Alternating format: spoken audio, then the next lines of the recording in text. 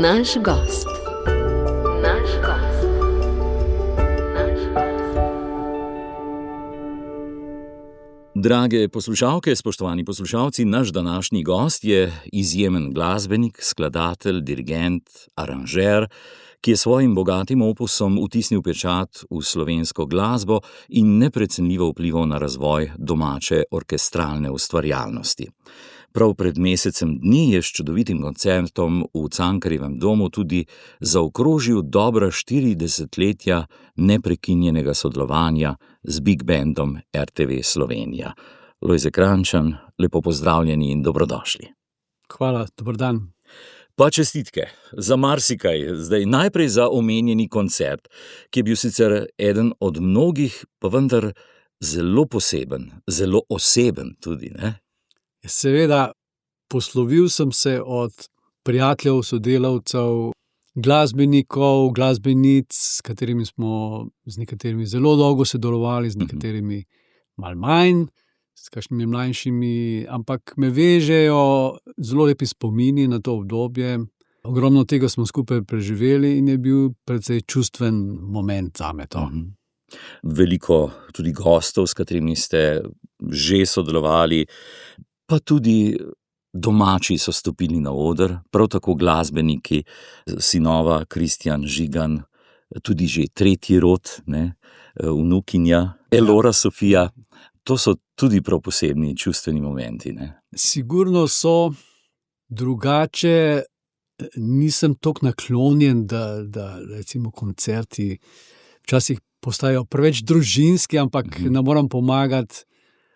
Moja sinova in moja vnukinja so res nekaj posebnega in jaz sem jih z veseljem povabil, ker so res prispevali k koncertu, da je bil širši, da je bil, se pravi, ta mlada energija, novi pogledi, vnukinja pa tudi, to je bila moja velika želja, da bi enkrat z vnukinjo skupaj na odru muzicirala in se je odlično odrezala, res sem zadovoljen.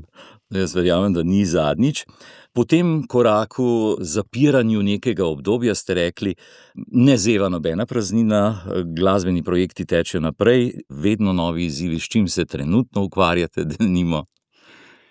Ja, trenutno se ukvarjam s tem, da bi izstopil iz te rutine, a ne? Aha. Ker človek, ko 40 let živi v eni rutini, a ne, pol ni tako enostavno stopiti ven, a ne.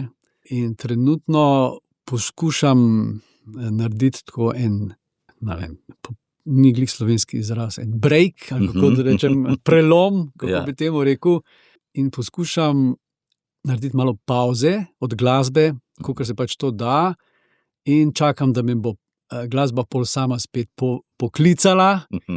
Hočem malo uživati, kot rečemo, tretje življenjsko obdobje, da bom imel več časa za tiste stvari, za katere prej ni bilo, za vnukinje, za družino, za šport, za naravo, za hobije in tako naprej.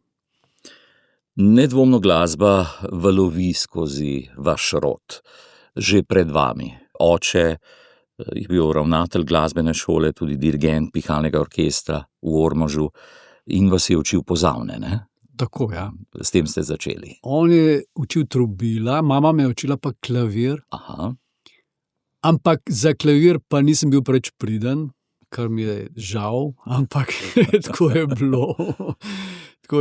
Tako da sem se bolj skoncentriral na pozavno, pa takrat je oče v orkestru rabil bariton, evfoni se reče bolj strokovno, v godbi in sem zelo zgodaj začel, pravzaprav vsi 4 smo, a ne, brat pa še 2 sestri, vsi smo zelo zgodaj začeli v godbi na Pihali igrati, pri očetu, vsi smo bili tam in to je bilo za nas nekaj čist najbolj naravnega, a ne, tako kot, ne vem, zjutraj poješ zajtrk, tako da greš na vajo zvečer godbe in tudi mislim, da se to malo bolj prenaša v takih družinah, da otroci pol prevzamejo ta način, da je pač glasba del njihovega življenja in po moje je to super stvar, ker glasba je ena velika učiteljica, tudi za mlade.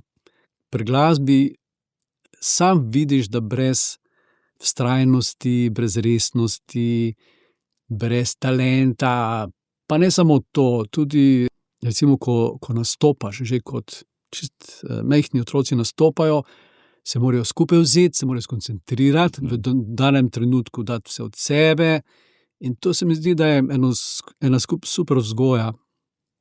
Tak, se mi zdi, da pomaga glasba. Ti takoj tudi pokaže, kaj si delal prav, kaj si delal narobe, a ne? Takoj se pokaže pri tvojem nastopu, kako je bilo, in je tudi za življenje, se mi zdi, ena dobra učiteljica. Otroštvo v Ormožu kot Prlek. Kako se spomnite tistega obdobja? Torej, glasbe zelo veliko v vašem življenju. To je bila ena stalnica, ki pravite, vas je tudi vzgajala. Ne? Ja, ampak sem imel super otroštvo, živeli smo zraven tega ormoškega parka in to smo se otroci od jutra do večera igrali. Tudi bazen je bil zraven, poleti smo bili od jutra do večera na bazenu. Ta družba je bila super. Tako brezskrbno otroštvo. Pravzaprav do 8. razreda smo bili v Prleki, potem smo se pa preselili v Kranj. Aha, na Gorenjsko. Na Gorenjsko, ja. In ta prehod najbrž, da je bilo... Je bil čuden malo, ja. Dobrih in slabih plati. Človek se mora navaditi na novo okolje, nov način življenja. Ja, je bilo novo okolje zame. Mene so dali v Kranj, v en D-oddelek, kjer so bili sami vozači. Aha. In če sem iskren, jih od začetka nisem razumel nič, ker so tolkli po Gorenjsko, jaz pa po Prleško. In smo rabili en čas, da smo se sporazumeli. Ja. Sicer pa potem srednja glasbena šola v Ljubljani, visoka šola za glasbo v Gradcu in ves čas inštrument. Ne? Ja, pozavna je bila v ospredju, tako je, na srednji glasbeni. Potem sem šel na jazz oddelek v Graz in v Boston, na Berklee College of Music. Čeprav v Bostonu ni bila navada, da si se specializiral ozko samo na eno stvar. Sem vzel še aranžiranje, orkestracijo, tudi nekaj dirigiranja. Tako da v Ameriki je bilo mal širši razpon je bil tam in to mi je zelo prav prišlo tudi kasneje. Kaj vam je Amerika takrat dala, česar, denimo, v našem okolju še niste mogli prejeti? Ja, v tistem času smo živeli v socializmu, a ne? Je bilo moje prvo opažanje, ali pa mogoče celo en mali kulturni šok to, da je bila ena druga svoboda tam. To, kar si tukaj nismo predstavljali. Prvič so bili to zbrani študenti iz celega sveta, ker to je bila zelo znana, še zmeraj zelo znana šola. Z profesori smo bili na ti, tako ni bilo teh hierarhičnih stvari, kot smo jih pri nas vajeni, ker tam, ko sem recimo tam povedal, da imam štipendijo, a ne, so bili vsi navdušeni, kako je to mogoče, ne? Da mi čaka že služba tukaj na RTV-ju, ker sem imel štipendijo od Ministrstva za kulturo pa od RTV-ja. Tam je bilo tako, ne, tam so vsi vedeli, da če se bojo nekaj naučili, bojo imeli pol v življenju priliko nekaj zaslužiti, nič pa ni bilo zagarantiranega, ne. Po drugi strani je bilo pa toliko možnosti, da je bil to res zame en tak mali kulturni šok. Pa najbrž, da tudi dojemanje glasbe precej drugačno, ker vam potem tudi pomaga pri napredovanju doma, ne? Ja, sigurno, ja. Mislim, to je bila prednost, ja, da sem spoznal ljudi z celega sveta, različne kulture, da smo se družili, igrali, da smo bili tako povezani tudi s temi profesorji. Ja, prav ena lepa izkušnja je bila, ja. In takoj po Berkleyu, po vrnitvi, postanete 83. leta prvi pozavnist pri simfonikih RTV Ljubljana. Ja, to ni bilo načrtovano, to ni bilo. Ampak ker sem bil pač štipendist RTV-ja, ne, in ker sta simfonični orkester in big band takrat v Tozdu glasbena produkcija, ne, in ker je ravno takrat šel prvi pozavnist na odsluženje vojaškega roka v JNA, so se nekako zmenili v pisarni, a ne, da big band posodi za 1 leto mene simfonikom, a ne.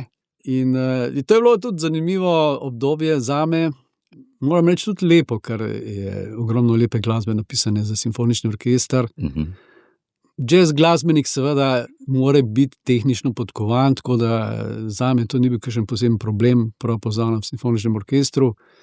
Mi je zelo prav prišlo tudi zaradi tega, ker sem kasneje tudi kar precej pisal za simfonični orkester, za revijski orkester in mi je to pomagalo, da sem sedel v tem orkestru, da sem eno leto igral in poslušal, kako te sekcije zvenijo, kako se mešajo. Odkot džez? Kako da se je ravno ta glasba tako prijela vaše duše glasbene? Ja, to je mogoče zanimiva zgodba. Takrat sploh ni bilo, ko sem jaz recimo igral v pihalnem orkestru pri očetu, tam v 6., 7. razredu, recimo, ni bilo možno sploh slišati kakšne jazz glasbe, Ampak, ko smo mi igrali tiste koračnice in tako naprej, ki sem jih jaz znal že vse na pamet, je bilo meni malo dolgčas, in sem kar malo po svoje včasih igral, in sem v bistvu spontano improviziral, Potem sem pa enkrat, mislim, da v 7. razredu osnovne šole dobil en kasetar in sem slišal en jazz posnetek in to me je čisto presunilo, kako je bilo to čisto drugače, kako je bilo svobodno. In takrat sem to si posnel na eno kaseto in sem poslušal naprej nazaj. Ne vem, ta svoboda me je fascinirala, da ni bilo vse naprej določeno na notah, da je bilo možno sproti ustvarjati, da je bila možna ta svoboda. To je en tak poseben čar v glasbi, izzivno. No, omenili ste že Big Band, RTV Slovenija, prej še RTV Ljubljana. Dejstvo je, da vas je Jože Privšek opazil že kot dijaka in vas potegnil orkester brez avdicije. To dejstvo nekaj govori, ne? Ja, to so bili malo drugi časi in sicer profesor Dušan Veble, ki je igral v Big Bandu pri Privšku, je učil na srednji glasbeni šoli in je imel tam tudi šolski Big Band. In seveda tisti, ki nas je to zanimalo, smo tam zraven igrali in je seveda, če se je pojavil kakšen tak, ki bi bil za uporabiti, kakšen talentiran, so ga bolj tako kot so mene povabili na kakšen nastop, na kakšno snemanje, kakšno bolj enostavno, so me sprobali. Takrat ni bilo toliko glasbenikov, če se je pojavil kdo, ki bi lahko igral, recimo, so vsi vedeli za njega slej ko prej. Danes je drugače, ker pridejo na audicijo z celega sveta. Takrat pa smo se poznali vsi med sabo. Vse se v bistvu danes tudi. Ja. Čeprav je veliko več glasbenikov, ki študirajo tudi v tujini, recimo na področju jazza, kot je bilo včasih, ampak se v bistvu poznamo. No in začelo se je to obdobje z Big Bandom, torej kot pozavnist ste bili del orkestra. Kakšni so spomini na to obdobje? Veliko priložnosti, koncertov, snemanja, začnejo se osebne izkušnje glasbene najbrž, ne? Ja, to je bilo kar... V tistem času je Big Band bil zelo zaseden. To so bila snemanja. V ponedeljek je bila vaja, torek, sreda, četrtek, petek so bila snemanja. Razen, če so bili kakšni koncerti. In to smo kot po tekočem traku, ker takrat je Big Band bil veliko več na programih radia, veliko več igral tudi te glasbe, tudi popularne glasbe, ki je sproti nastajala. Čim je nastalo nekaj zanimivega, je Privšek naredil aranžma in smo to v Big Band izvedbi posneli in je potem radio to vrtel. Razen tega smo kar precej tudi gostovali zunaj in to so bili še tudi privat, pod imenom Jeff Conway smo na teh, vem, da smo igrali na plesu Dunajskih filharmonikov, to je bila ena posebna izkušnja. Smo bili kar znani takrat za te stvari, tudi par plošč smo zunaj posneli. Ja, to je bila prejšnja generacija, bi rekel, ne. Imam jaz zanimivo, ne, imam 2 sliki in sicer ta Pavle Grašič, prvi trobentar, bivši, ne. Ja.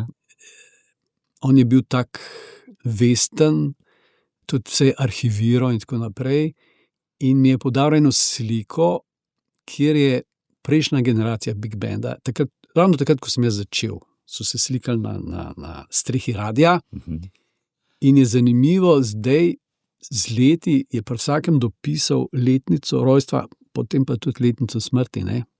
Zdaj so mi pripravili fantje eno presenečenje in sicer smo se slikali, ta zasedba z gosti, prav okrog tega koncerta pred radijem in so mi naštimali en jumbo, hvala Lojze, in smo se pod tistem slikali.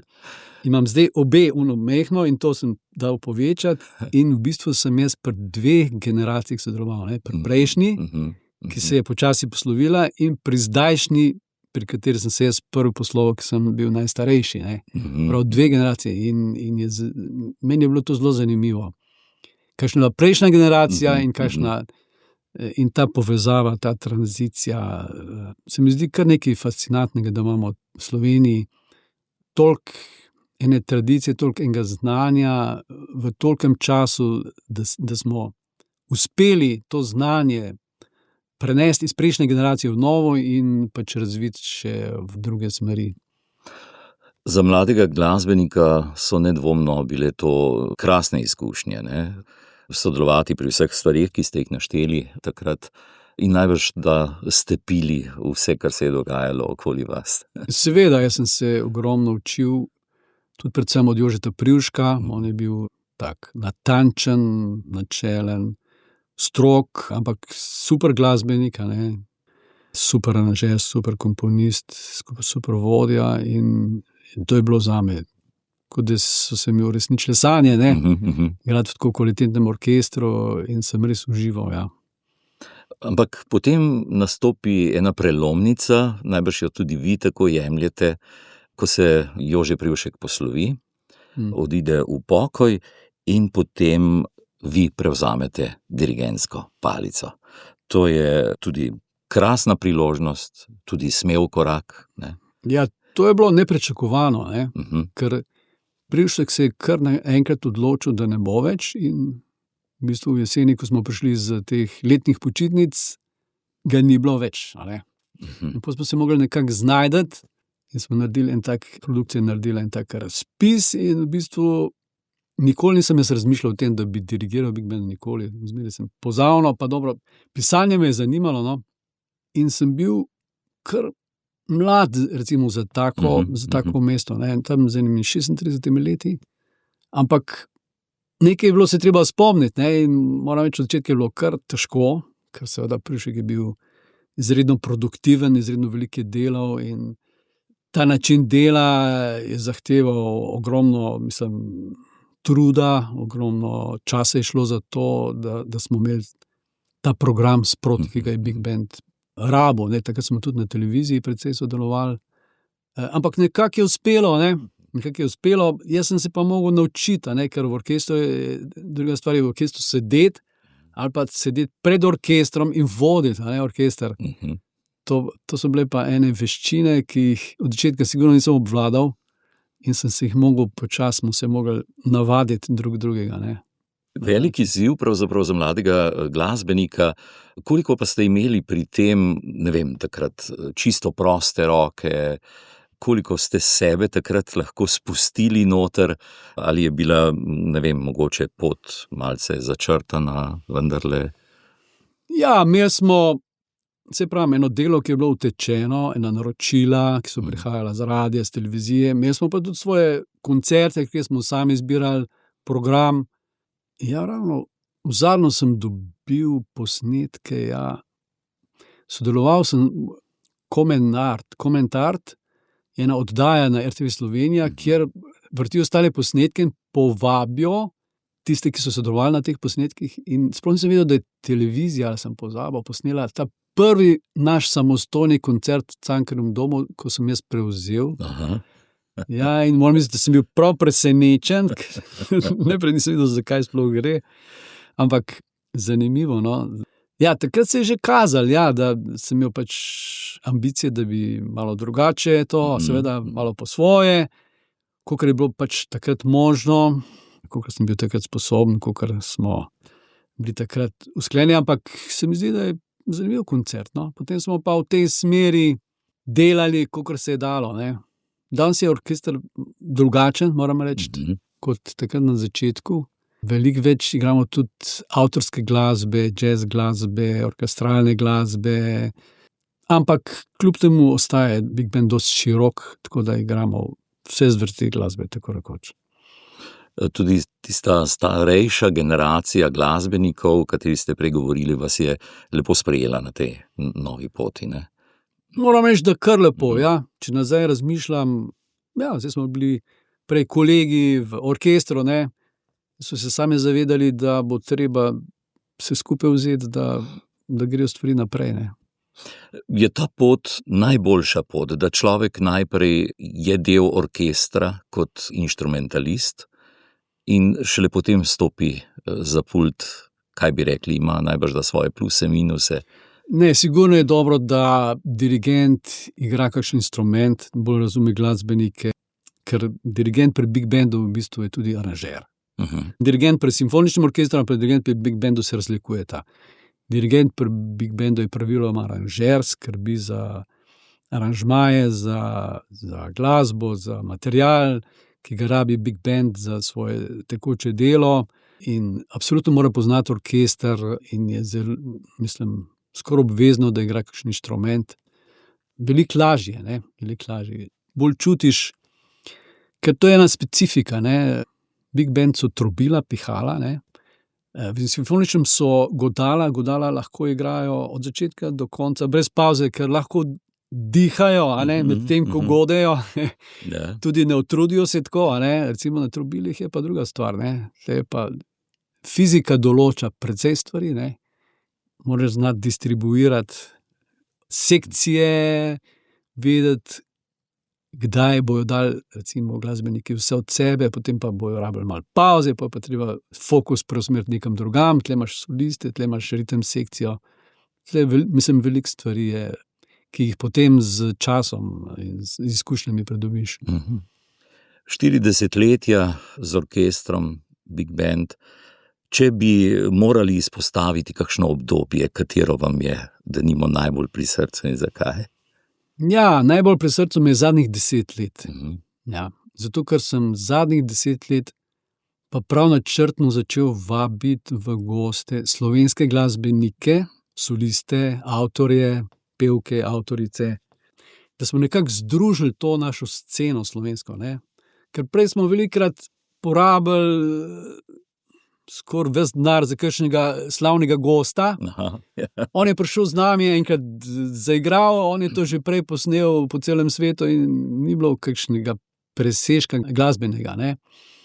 Zadnjih 10 let pa sem imel to srečo, da sem lahko ta program tudi pomagal razvijati, da smo vabili ne izključno, ampak v glavnem slovenske glasbenike in glasbenice, da so imeli priliko svoj glas, s tem, da sem pač napravil aranžmaje za orkester, in smo naredili CD, naredili smo koncert in s tem so lahko svojo glasbo združili z big bandom, lahko smo skupaj muzicirali in s tem smo ustvarjali eno tako širšo glasbeno družino, se mi zdi.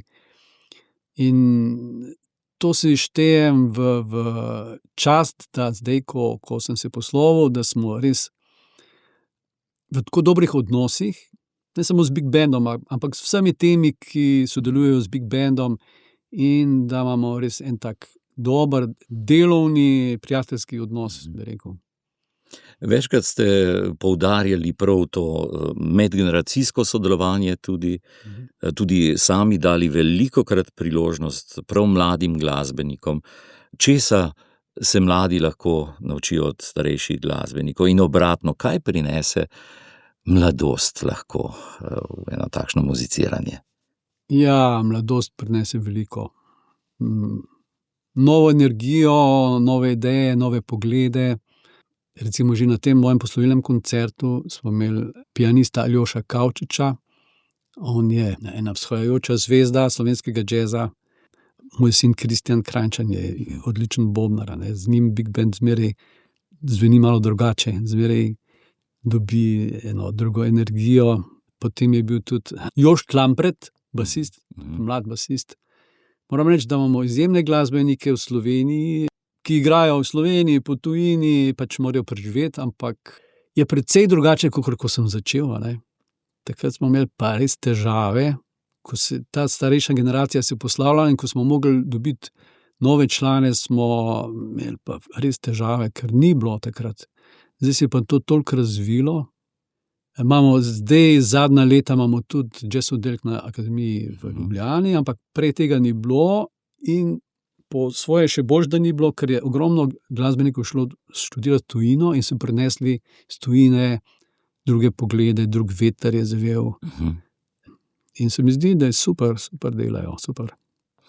Tudi zgledi zelo vlečejo. Vem, da po vzoru Big Banda RTV Slovenija je nastalo in še nastaja kar nekaj big bandov lokalnih, ne, Ja. ki dobro delajo. Dobro delajo, ogromno big bandov za Slovenijo, imamo ogromno big bandov in to se mi zdi super, ker big band je le,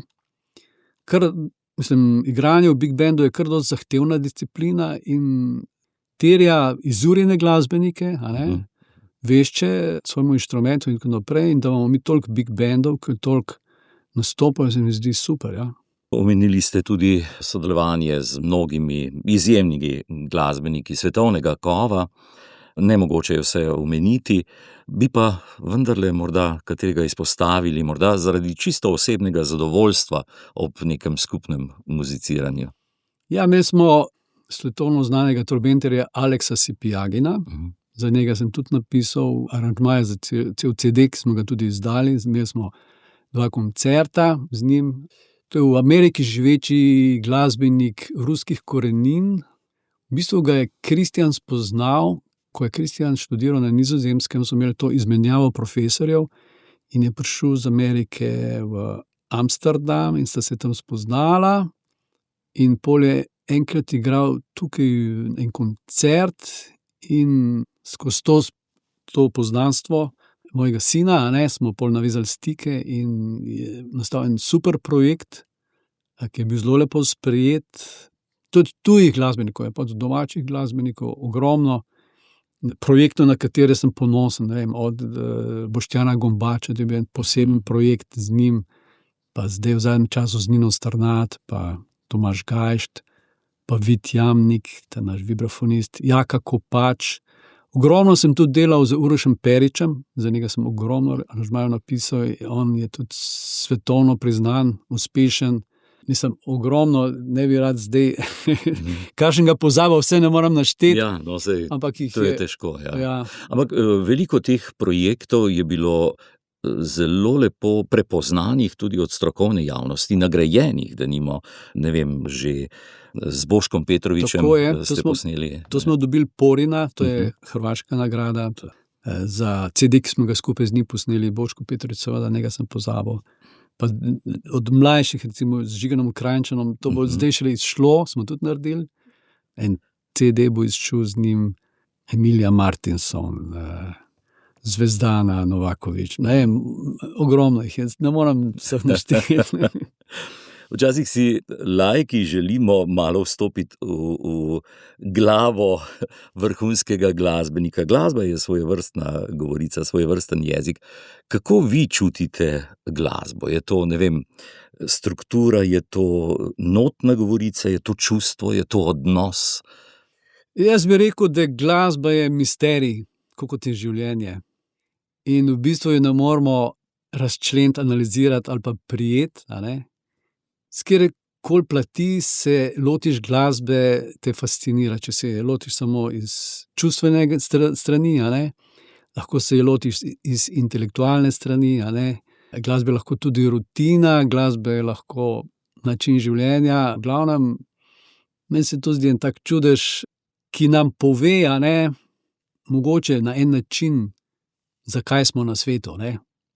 Da mogoče nismo samo ena veza biološka, ne vem, ampak da je na tem svetu še nekaj drugega, a ne, nekaj duhovnega, in glasba je super učiteljica v tej smeri.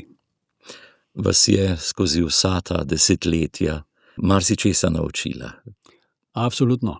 Zaradi nje sem postal boljši človek, zaradi nje sem moral rasti, hočeš nočeš, in zaradi nje sem spoznal ogromno čudovitih ljudi, umetnikov, umetnic, prijateljev, prijateljic. Glasba res združuje ljudi in upam, da se bomo še družili z našo publiko ob glasbi in da bomo doživljali čudovite trenutke. Ima glasba neko svojo moč, ne?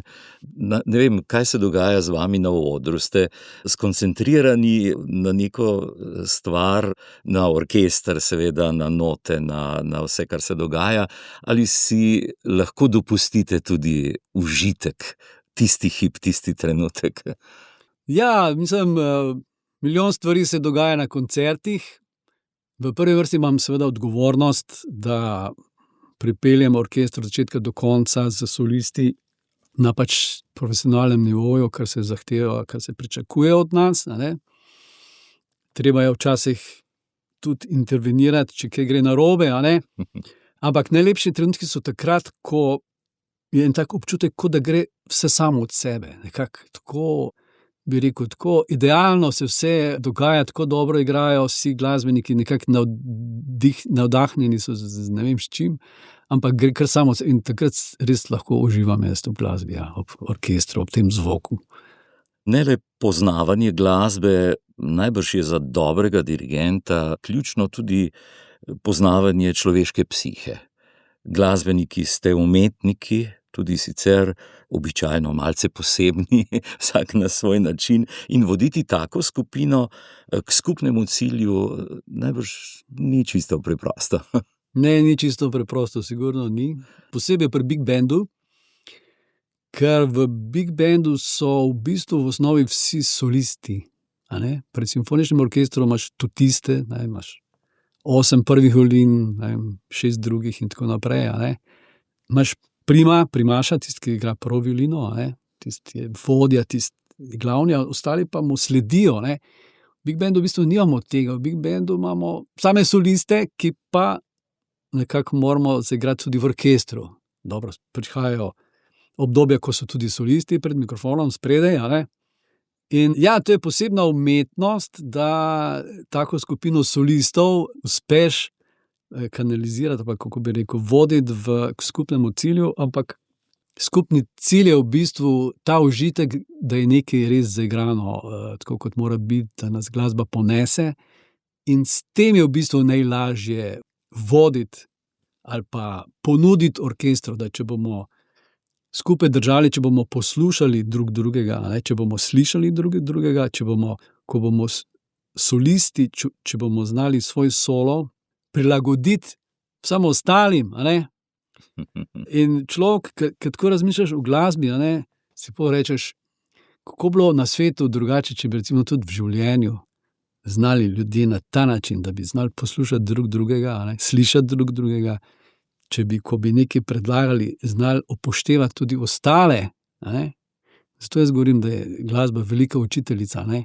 Če bi tudi tako, se mi zdi, da bi nam šlo bolje. Vaši aranžmaji prepletajo tako džez kot simfonično glasbo, sodobne vplive. Kaj vas pri aranžiranju, denimo, najbolj vznemirja, spodbuja? Struktura, improvizacija, ne vem, dialog med glasbeniki? Ja, to je ena kompleksna stvar, ampak osnovna stvar pri aranžmaju je ideja. Ker aranžma je dober, če je zanimiv, če ima eno posebno idejo, ki jo še nismo prej slišali, ki je nekaj novega. Potem pa skozi obvladanje te veščine poskušam tej ideji slediti od začetka do konca, ne. Sedaj pa treba glasbo napisati tako, da se glasbeniki ne bodo dolgočasili, ker če bojo oni uživali pri izvedbi, bo uživala tudi publika, ne. Zato je treba za vsakega nekaj zanimivega narediti, ne, da vsak se lahko pokaže, vsak lahko pokaže svoj talent, dobro, tudi orkester lahko pokaže svojo uigranost, ali pa sekcija lahko pokaže svojo igranost, muzikalnost in tako naprej, ampak to je naloga aranžerja, da v bistvu na ta način napiše glasbo, da zbudi glasbenike, da z užitkom igrajo, ne. Včasih greva pogledati z Romano kakšno predstavo, dramo, in prav tam gledam, kako je tudi v drami odvisno od teksta, ne. Če je dober tekst, je igralcem veliko lažje igrati, ne. Veliko lažje. Če je pa slab tekst, se pa mučijo, pa še ni rečeno, da bo dober rezultat. Isto je v glasbi, ne. Isto. Čista stvar. Kaj pa vi kot gledalec, poslušalec na koncertu? Ali uspete izstopiti nekako iz vloge glasbenika in se prepustiti? Ali pač to ostane v človeku in tudi malce strukturirate stvari? Ja, seveda ostane, ne. Ne, jaz lahko uživam v glasbi, v interpretaciji in tako naprej, ampak seveda z tega ne morem ven, da slišim, da vidim, kje so mogoče imeli veliko časa za vežbati, kje mogoče premalo, kakšen dan imajo. Čeprav to je meni zanimivo, cela zgodba, cela zgodba je zanimiva. Roke se mi zdi, da tudi imajo mahanje že v podzavesti. Vas kdaj zanese, ki je na kakšnem dogodku, koncertu, da samodejno malce zamigajo, zamahajo? Ne vem, mogoče podzavestno. Zelo hvaležne so vam mnoge generacije otrok tudi. Namreč imate tudi izjemen opus pesmi za otroke. Več kot 200, mislim, da je teh naslovov, skupaj z ženo Romano Kranjčan. Ampak izziv pri nastanku teh skladb je pa najbrž da podoben kot pri, ne vem, zahtevnih jazz skladbah. No. Ja, v bistvu začel sem pisati za otroke iz čist praktičnega razloga, ko je Kristjan šel v vrtec, prvi sin, in sem ga enkrat peljal v vrtec in sem slišal, kaj tam poslušajo. In sem se prijel za glavo. In sem rekel, bova midva z Romano posnela eno kaseto, da bojo otroci lahko tako glasbo, ki je za njih primerna, poslušali. In tako se je v bistvu začelo. In v bistvu še danes generacija poslušajo vse te CD-je. In sem prav vesel, da se je to obdržalo in da ogromno ljudi pozna to glasbo. Vas prepoznavajo tako kot avtorja tudi, otroci oziroma generacije, zdaj to je že kar precej generacije. Ja, mislim, prepoznajo Romano, ona je front girl, ne frontman, jaz delam v ozadju. Omenili ste Kristjana in Žigana, dva sinova, ki, če se vrneva na začetek, da glasba valovi skozi rod, dokazujeta to tezo. Ne samo, da se ju je dotaknila, ampak dejansko je globoko tudi v njiju.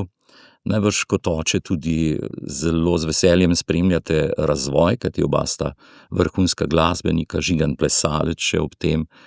Kako je s tem? Skušate pomagati z nasveti? Ali... Ja, mislim, sem ponosen na oba dva zelo, sta si tudi različna. Kristjan je vrhunski bobnar, tudi čelist, tudi komponist in aranžer zadnje čase. Ampak sem vesel, da je pač drugačen od mene, da je samo svoj. Včasih me vpraša za kakšen nasvet, včasih mi reče, a mi lahko kakšno knjigo posodiš o tem in tem, ali? Drugače pa vidim, da rad on po svoje. In to mi je všeč. Smo pa navajeni, da si kar iskreno povemo tudi kaj, ker se mi zdi, da je to koristno, če veš, da ti en dobronamerno hoče povedati kakšno stvar, se mi zdi zelo koristno. Ja. Žigan pa, on je pa čist drugačen, zelo spontan, kako bi rekel, drugače pristopa in k plesu in k glasbi, on to združuje in je tudi izredno zanimiv. Imata en super duet. In sem res vesel in ponosen na oba dva. No, zdaj izide pravzaprav njun album, Tako, ja. The Only Thing I Know, tik pred izidom, njuna skupna stvaritev. Je tega, recimo, družinskega muziciranja veliko, je kaj priložnosti za to, se kdaj spontano, ne vem, usedete za inštrumente, kaj naredite skupaj? Za Božič smo imeli obvezen koncert, tako da se prej domenimo, kdo bo s kom kaj zaigral. Ampak vidim, da vnukinje zelo uživajo, če imamo kakšen session kdaj. Primamo kakšno kitaro, kakšno tolkalo, tudi za klavir se usedemo. Ampak zdaj imam pa v načrtu, da bomo veliko več tega počeli, ker vidim, da je veliko veselje, ker bom imel več časa. Odlično. Kaj pa recimo sinovoma kot glasbenikoma ob tej poti glasbenika, ki je lepa, pa tudi težka? Kaj svetujete? Ali vas je kaj strah, recimo, pred to potjo? Časi so zdaj drugačni za glasbenike, sploh za glasbenike na svobodi, kot temu rečemo.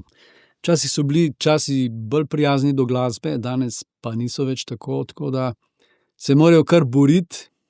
No, Kristjan je izredno zaseden, kar malo preveč, tako da me ne skrbi za to, da ne bi imel zadosti dela, bolj me skrbi to, da ga ima preveč, da druge stvari trpijo. A ne. Žigan je pa tudi, on ima pa čisto eno svojo pot. Zdaj, težko ima dam kakšen svet, zato ker se svet tako hitro spreminja. A ne.